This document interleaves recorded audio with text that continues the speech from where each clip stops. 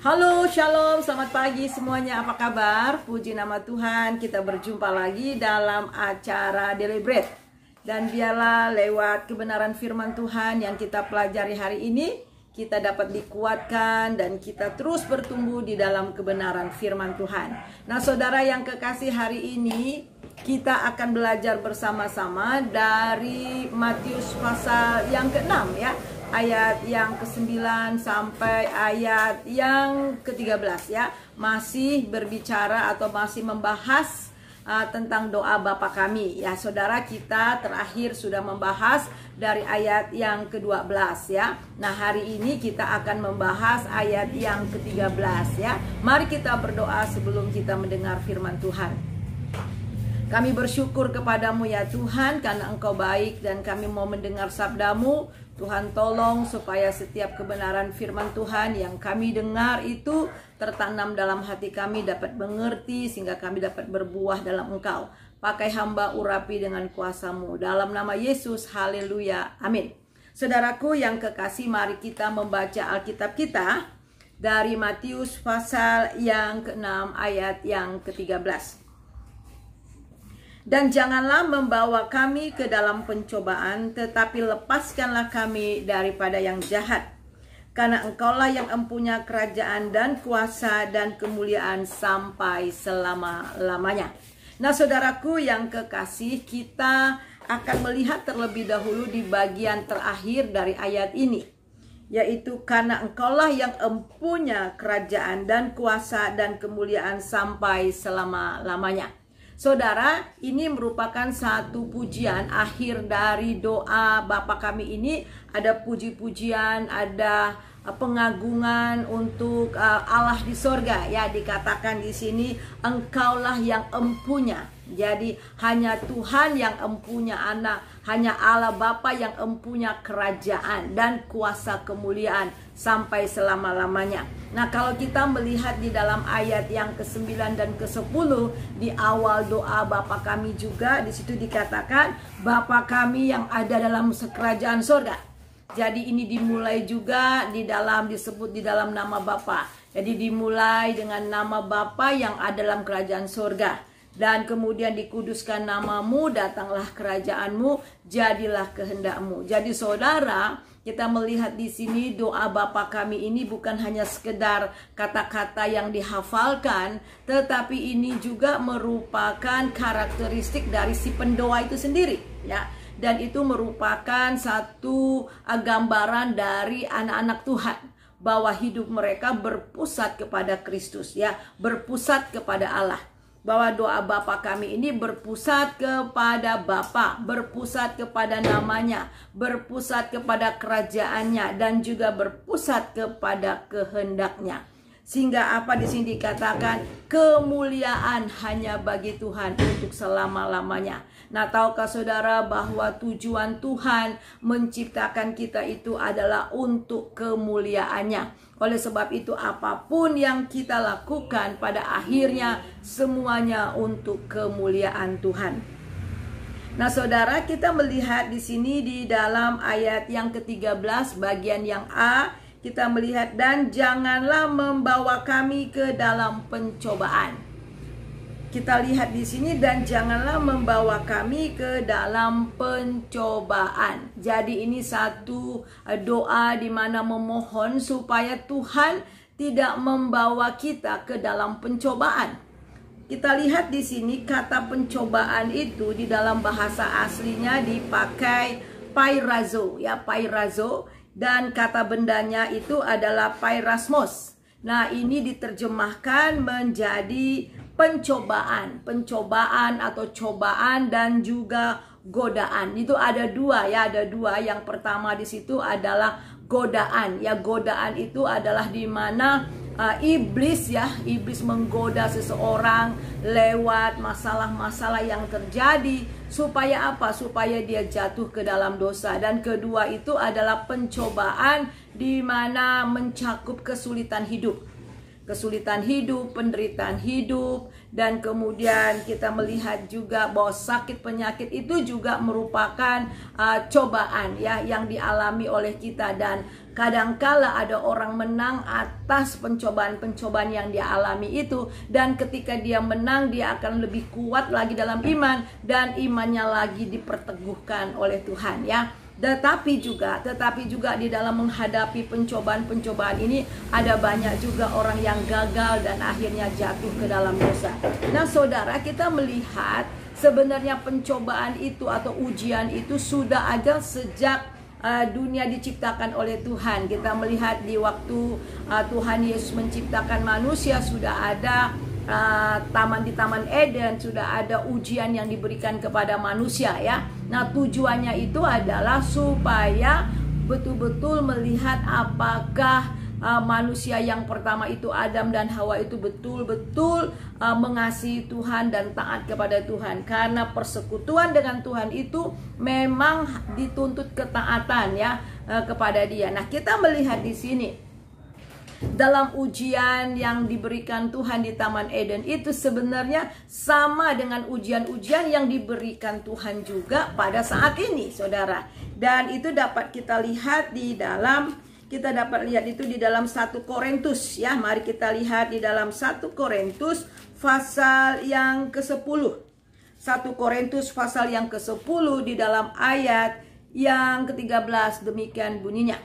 Pencobaan-pencobaan yang kamu alami ialah pencobaan-pencobaan biasa yang tidak melebihi kekuatan manusia, sebab Allah setia, dan karena itu Ia tidak akan membiarkan kamu dicobai melampaui kekuatanmu. Pada waktu kamu dicobai, Ia akan memberikan kepadamu jalan keluar sehingga kamu dapat menanggungnya. Jadi sebenarnya ya, pencobaan atau ujian yang diberikan Tuhan di Taman Eden itu ya saudara, itu sama dengan pencobaan-pencobaan yang kita alami sehari-hari dalam kehidupan kita. Dan itu adalah pencobaan-pencobaan yang biasa, yang tidak melampaui dari kekuatan kita, dan Dia telah memberi jalan keluar untuk kita menang atas cobaan-cobaan itu. Dan di sini dikatakan supaya kita dapat menanggungnya. Nah kemudian mari kita melihat mengapa orang bisa jatuh di dalam pencobaan itu. Nah oleh sebab itulah firman Tuhan, ketika orang jatuh dalam pencobaan itu, firman Tuhan katakan jangan katakan bahwa pencobaan itu datangnya daripada Tuhan. Kita lihat itu di dalam Yakobus. Mari kita lihat di dalam Yakobus pasal yang pertama. Kita lihat Yakobus pasal yang pertama di dalam ayat yang ke-13. Apabila seorang dicobai, janganlah ia berkata pencobaan itu datang dari Allah. Sebab Allah tidak dapat dicobai oleh yang jahat, dan Ia sendiri tidak mencobai siapapun. Jadi di sini dikatakan bahwa Allah tidak mencobai satu orang pun, dan Tuhan tidak mencobai orang dalam yang jahat. Tetapi di dalam ayat 14, tetapi tiap-tiap orang ya, tiap-tiap orang dicobai oleh keinginannya sendiri, karena ia diseret dan dipikat olehnya. Nah saudara, bagaimana kita melihat Adam dan Hawa ya, kemudian terutama Hawa, kita melihat Hawa jatuh ke dalam dosa. Nah saudara, pertanyaannya, apakah Hawa dan Adam pada saat itu bisa menang atas cobaan itu, atas ujian itu? Ya, jawabannya sangat-sangat bisa sekali ya. Adam dan Hawa bisa menang atas cobaan yang diberikan pada saat itu. Ya karena apa? Kita tahu bahwa semua makhluk yang ada di dunia ini, mereka diciptakan menjadi makhluk yang betul-betul sempurna. Mereka diciptakan dalam kemuliaan Allah. Mereka diciptakan di dalam kekudusan Tuhan. Mereka diciptakan dalam kebenaran. Dan kemudian kita melihat di sini, mereka juga sudah mendapat perintah untuk tidak makan buah itu. Tetapi mengapa mereka sampai makan? Kenapa Hawa sampai makan? Ya, itu oleh karena dia terpikat. Ya, terpikat oleh godaan itu. Nah, itu dapat kita lihat ya. Kita lihat di dalam Yakobus pasal yang ke-14 di sini dikatakan, tetapi tiap-tiap orang dicobai oleh keinginannya sendiri, karena ia diseret dan dipikat olehnya. Jadi ketika Hawa mendengar apa yang dikatakan iblis, iblis katakan, oh kamu tidak akan mati, tetapi kamu akan menjadi seperti Allah ya. Dan kita lihat firman Tuhan sudah jelas, jangan kau makan buah pengetahuan yang baik dan jahat itu, karena ketika kamu makan kamu akan mati. Tetapi iblis kata, oh enggak, kamu tidak akan mati, bahkan kamu akan menjadi seperti Allah. Nah, apa yang menggoda ya? Apa yang menggoda daripada Hawa untuk makan itu? Karena ia ingin menjadi seperti Allah. Nah, ketika dia mulai tergoda, ketika dia mulai keinginannya untuk menjadi seperti Allah, saudara, dan kemudian kata-kata itu merasuk pikirannya, dan kemudian kita melihat di sini, saudara, dia mengambil langkah ya. Nah, di sini dikatakan, dan apabila keinginan itu telah dibuahi, ia melahirkan dosa, dan apabila dosa itu sudah matang, ia melahirkan maut. Jadi godaan itu akan ada selalu masuk ke benak kita lewat bermacam-macam cara dalam kehidupan kita sehari-hari. Tetapi kalau itu hanya masih di benak dan kita tolak itu dan kita menang, kita akan menang ya.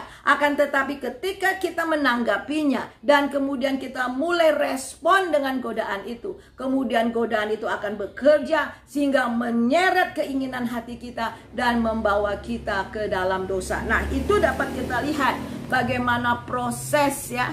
Bagaimana proses Hawa itu jatuh dalam dosa. Kita lihat di dalam Kejadian pasal yang ketiga. Kita baca di dalam ayat kita baca ayat yang kedua. Lalu sahut perempuan itu kepada ular itu, buah pohon-pohonan dalam taman ini boleh kami makan, tetapi tentang buah pohon yang ada di tengah-tengah taman, Allah berfirman, jangan kamu makan ataupun raba buah itu, nanti kamu mati.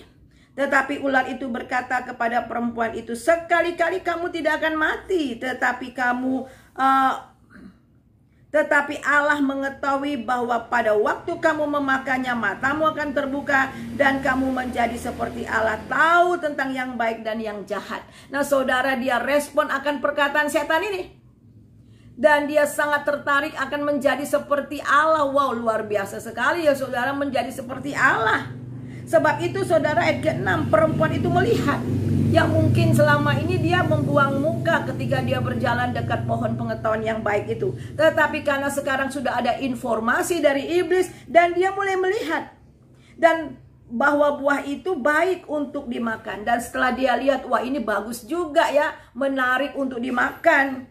Dan sedap kelihatannya pula pohon itu menarik hati karena memberi pengertian. Nah saudara, kita melihat di sini, ini ada satu pertimbangan-pertimbangan yang terjadi dalam pikiran dia. Jadi saudara, kita lihat di sini, orang tidak langsung jatuh ke dalam dosa begitu saja. Sebelum jatuh ke dalam dosa itu, ada satu pertimbangan-pertimbangan yang terjadi dalam pikiran kita.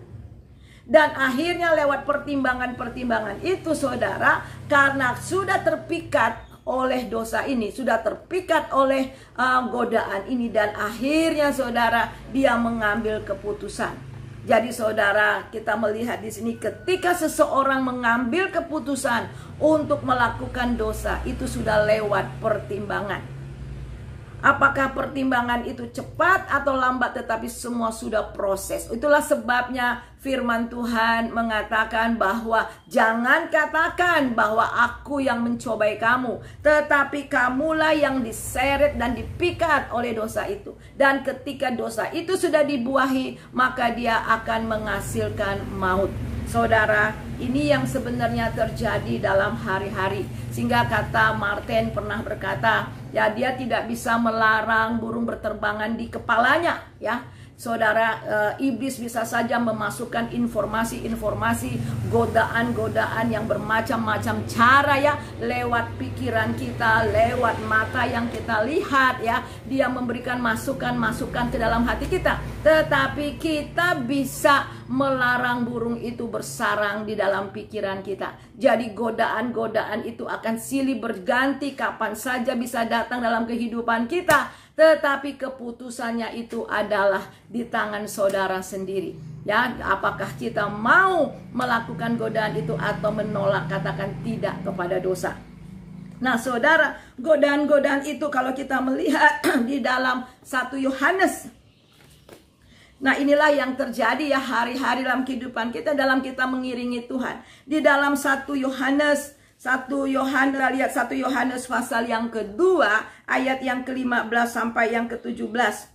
Janganlah kamu mengasihi dunia dan apa yang ada di dalamnya. Jikalau orang mengasihi dunia, maka kasih akan Bapa tidak ada dalam orang itu. Sebab semua yang ada dalam dunia ialah keinginan daging, ya, keinginan mata, serta keangkuhan hidup. Bukanlah berasal dari Bapa, melainkan dari dunia. Dan dunia ini sedang lenyap dengan keinginannya, tetapi orang yang melakukan kehendak Allah tetap hidup untuk selama-lamanya. Dan inilah keinginan daging itu, saudara, ya. Dan inilah godaan-godaan yang terjadi setiap hari yang ada di dunia ini. Yang pertama itu adalah keinginan daging, ya. Kenapa Hawa jatuh ke dalam dosa? Karena keinginan dagingnya digerakkan oleh dosa itu, oleh godaan itu. Dan kemudian kita lihat bukan hanya keinginan daging, tapi keinginan mata. Ya, keinginan mata. Kita lihat bagaimana Tuhan Yesus pada waktu dicobai, dia perutnya lapar, ya, perutnya lapar, dan iblis menggoda dia dalam keinginan daging, ya, supaya dia katakan, kalau kamu benar-benar anak Allah, rubah batu itu menjadi roti. Saudara, apakah Tuhan Yesus tidak sanggup menjadikan roti batu-batu? Oh, sanggup sekali, ya. Nah, kita melihat di sini Tuhan katakan manusia bukan hidup dari roti saja, tetapi oleh firman Tuhan. Dan kemudian kita melihat lagi bagaimana iblis membawa Tuhan Yesus di bukit dan kemudian memperlihatkan seluruh keindahan daripada kota Yerusalem. Dan iblis katakan, kalau kamu mau menyembah aku, akan kuberikan semua itu. Nah, saudara,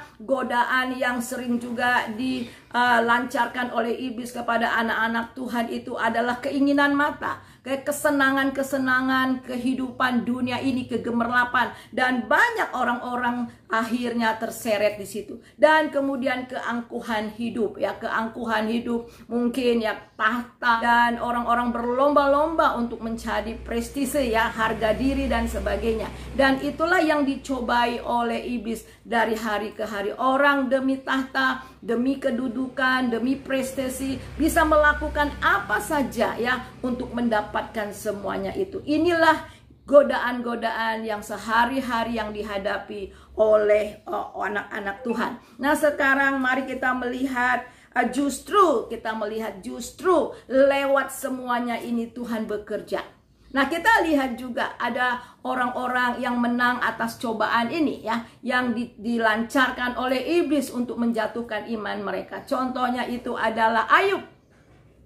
Nah, kita lihat Ayub, saudara. Jadi dari mana penderitaan yang dia terima itu? Dia menderita, dia dicobai sekonyong-konyong. Dan itu berasal dari iblis, ya saudara, itu berasal dari iblis. Nah, kita melihat itu di dalam Ayub, ya, bagaimana satu ketika Tuhan bilang kepada iblis, tidak tahukah kamu ada seorang yang bernama Ayub, ya, dia itu jujur, dia itu takut akan Tuhan dan menjauhi kejahatan. Lalu kata iblis bilang apa? Ya, jelas aja, karena dia diberkati, semua yang dikerjakan engkau memberkati dia, dan semua engkau pagari dia. Coba ambil semuanya, kata iblis, coba ambil semuanya yang dia miliki, pasti dia mengutuk engkau. Jadi kita melihat di sini, saudara, bahwa iblis itu berpikir bahwa Ayub mengasihi Tuhan, hidup jujur, takut akan Tuhan oleh karena berkat yang dia terima dari Tuhan. Kemudian kita melihat tantangan daripada iblis, ambil semuanya maka dia akan mengutuk engkau. Dan kemudian apa kata Tuhan? Silahkan, ya, silahkan ambil semuanya, tapi sayangkan dia, ya. Kita melihat di sini, saudara, kita lihat dan akhirnya tidak ditunggu-tunggu, dalam sekejap semua yang dimiliki oleh Ayub itu habis. Anaknya yang 10 habis. Tetapi apa yang terjadi? Bagaimana respon daripada Ayub ketika dia kehilangan semuanya itu, dan dia sama sekali tidak pernah berpikir bahwa dia akan alami itu. Tetapi satu hal yang luar biasa, dia menang atas godaan itu. Dia menang atas ujian itu. Dapat kita melihat di dalam ayat yang ke-20 dari Ayub yang pertama. Maka berdirilah Ayub, lalu mengoyak jubahnya dan mencukur kepalanya, kemudian sujudlah ia menyembah. Katanya, dengan telanjang aku keluar dari kandungan ibuku, dengan telanjang juga aku kembali ke dalamnya. Tuhan yang memberi, Tuhan yang ambil, terpujilah Tuhan. Terpujilah nama Tuhan. Dalam semuanya itu Ayub tidak berbuat dosa dan tidak menuduh Allah berbuat yang kurang patut. Wah, luar biasa saudara. Ayub menang atas semua ini. Dan kemudian iblis tidak puas. Dan dikatakan, oh iya jelas Tuhan, engkau memang aku sudah ambil semuanya, ya. Karena di dalam Ayub yang kedua juga di sini dikatakan, ya, firman Tuhan juga melihat, kita lihat dalam firman Tuhan, Tuhan berkata kepada iblis, dari mana engkau? Lalu iblis katakan, dari menjelajahi bumi. Lalu Tuhan kepada iblis, apakah engkau memperhatikan hambaku Ayub? Sebab tiada seorang pun di bumi ini yang seperti dia, yang demikian saleh, jujur, yang takut akan Allah, menjauhi kejahatan. Ia tetap tekun dalam kesalehannya, meskipun engkau telah membujuk aku melawan dia untuk mencelakakan tanpa alasan. Lalu apa kata iblis, ya? Lalu jawab iblis, kulit ganti kulit, orang akan memberikan segala yang dia punya, kan, ganti nyawanya. Wah, kemudian akhirnya saudara, ya, kulit ganti kulit artinya, ya, dengan kata lain, ya, dia masih sehat. Walaupun semua sudah diambil, tetapi kan dia masih sehat. Dia bisa bekerja dan bisa kaya lagi. Tetapi kemudian akhirnya Tuhan izinkan itu terjadi. Mulai saat itu ada seperti bara busuk bisul keluar, ya, dari mulai batok kepala daripada Ayub sampai ke kakinya. Tetapi mari kita melihat begitu hebatnya dia diserang. Tetapi di dalam ayat yang ke-9 kita melihat, maka berkatalah istrinya kepadanya, masih bertekunkah engkau dalam kesalehanmu? Kutukilah Allahmu dan matilah. Tetapi jawab Ayub kepadanya, engkau berbicara seperti perempuan gila. Apakah kita mau menerima yang baik dari Allah, tetapi tidak mau menerima yang buruk? Dalam kesemuanya itu Ayub tidak berbuat dosa dengan bibirnya. Jadi kita melihat di sini Ayub menang. Walaupun, ya, iblis berusaha untuk menjatuhkan dia, tetapi dia tetap menang dan akhirnya dia imannya diperkuat dan diperteguh di dalam Tuhan. Nah, kita melihat bagaimana kita lihat juga Yusuf, ya. Yusuf juga digodai, ya. Yusuf juga digodai oleh istri Potifar, tetapi dia juga menang. Jadi saudara, kita melihat dari perumpamaan di Alkitab ini, ya, kita contoh-contoh dalam Alkitab. Jadi pencobaan-pencobaan yang dialami, yang kita alami selama ini itu adalah pencobaan-pencobaan yang biasa. Dan kita bisa menang. Dan apa yang dikatakan oleh Tuhan di dalam Yakobus, ya, Yakobus 1 ayat, di dalam Yakobus 1 ayat 12, berbahagialah orang yang bertahan dalam pencobaan, sebab apabila ia telah tahan uji, ia akan menerima mahkota kehidupan yang dijanjikan Allah kepada barang siapa yang mengasihi dia. Saudara, ini luar biasa. Kalau kita menang, di sini dikatakan bahwa kita akan menerima mahkota kehidupan. Dan bukan hanya kita menerima mahkota kehidupan, kalau kita menang, iman kita teruji di dalam Yakobus pasal yang pertama, di dalam ayat yang ketiga. Di sini dikatakan, sebab kamu tahu bahwa ujian terhadap imanmu itu menghasilkan ketekunan, dan biarlah ketekunan itu memperoleh buah yang matang. Sebab kamu menjadi sempurna, utuh, dan tak berkekurangan suatu apapun. Nah, kita akan menjadi matang, saudara. Itu artinya kita akan menjadi pribadi yang mantap, ya. Kita akan menjadi pribadi yang dewasa di dalam Tuhan. Nah, sekarang mari kita melihat, kita harus tahu bahwa sebagai anak-anak Tuhan, Tuhan sudah memperlengkapi kita, ya, untuk kita menang, saudara, ya. Kita memang akan dicobai, kita bisa menang. Nah, bagaimana Tuhan memperlengkapi kita, ya? Yang pertama itu dia memperlengkapi kita dengan kuasa Roh Kudus.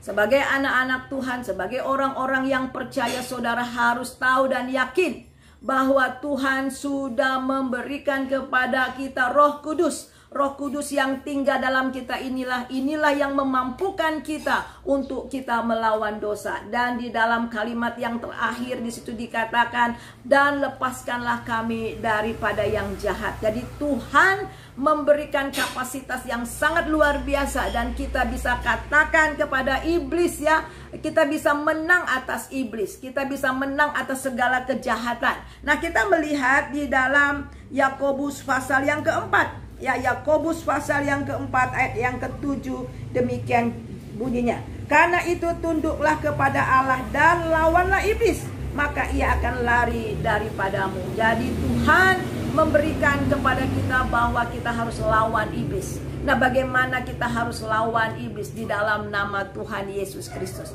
Ingat saudara, roh yang ada dalam diri saudara itu lebih besar daripada roh yang ada di dalam dunia ini. Dan kemudian kita melihat lagi bagaimana kita bisa menang dari waktu ke waktu, dan kita bisa luput dari semua serangan-serangan dari kuasa kegelapan. Kita lihat di dalam Matius pasal, yang ke-26. Mari kita lihat Matius pasal 26. Kita baca ayat 41. Berjaga-jagalah dan berdoalah supaya kamu jangan jatuh ke dalam pencobaan. Roh memang penurut, tetapi daging lemah. Saudara, ini ayat diberikan Tuhan Yesus kepada Petrus dan kepada dua temannya lagi ketika Tuhan Yesus mengajak mereka untuk ke Taman Getsemani berdoa bersama-sama dengan mereka. Tetapi mereka tertidur, khususnya itu Petrus. Karena Petrus sudah dikatakan bahwa dia akan menyangkal Tuhan Yesus. Oleh sebab itulah Tuhan Yesus katakan, kamu harus berjaga-jaga dan berdoa supaya kamu jangan jatuh ke dalam pencobaan. Memang roh itu penurut, tetapi daging ini lemah. Itu artinya bahwa supaya kita menang atas cobaan, supaya kita menang melawan kuasa kegelapan, tidak ada jalan lain selain kita berjaga-jaga. Itu artinya kita waspada dengan cara bagaimana kita membangun hubungan kita dengan Tuhan. Membangun hubungan kita dengan Tuhan terus-menerus kepada Tuhan di dalam doa. Nah saudara, saya sudah ungkapkan bahwa doa itu adalah perjumpaan antara Bapa dengan anak. Dan ketika kita berdoa kepada Tuhan, itu juga kita mengalami perjumpaan dengan kuasa Tuhan. Kita mengalami perjumpaan dengan kasih Tuhan, dan kita mengalami perjumpaan dengan kebenaran Tuhan.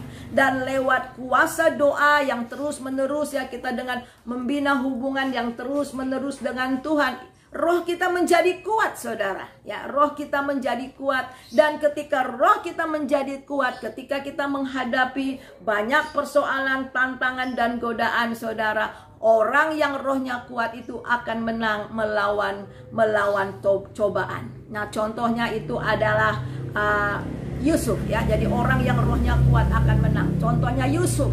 Apa bedanya Yusuf dengan Samson, ya? Yusuf rohnya kuat, ketika digoda dia menang. Akan tetapi Samson digoda juga, tetapi dia kalah. Jadi saudara, jelas firman Tuhan mengatakan kita harus berjaga-jaga dan berdoa, terus membangun hubungan yang terus-menerus dengan Tuhan, sehingga kita mendapatkan kasih yang daripada Tuhan, kita mendapatkan kuasa, dan juga ada impartasi kebenaran, sehingga ketika kita dicobai, ketika kita diserang oleh kuasa kegelapan, kita melihat di sini kebenaran firman Tuhan akan menolong kita. Kata Daud mengatakan, dengan apakah seorang muda akan mempertahankan kelakuannya bersih, yaitu dengan kebenaran firman Tuhan. Jadi saudara, jelas di sini bahwa Tuhan sudah memberikan jalan keluar kepada kita. Mari kita tetap terus berpegang kepada kebenaran firman Tuhan. Dan yang terakhir itu adalah bagaimana kita bisa menang melawan dunia di dalam 1 Yohanes. Mari kita lihat 1 Yohanes pasal yang kelima.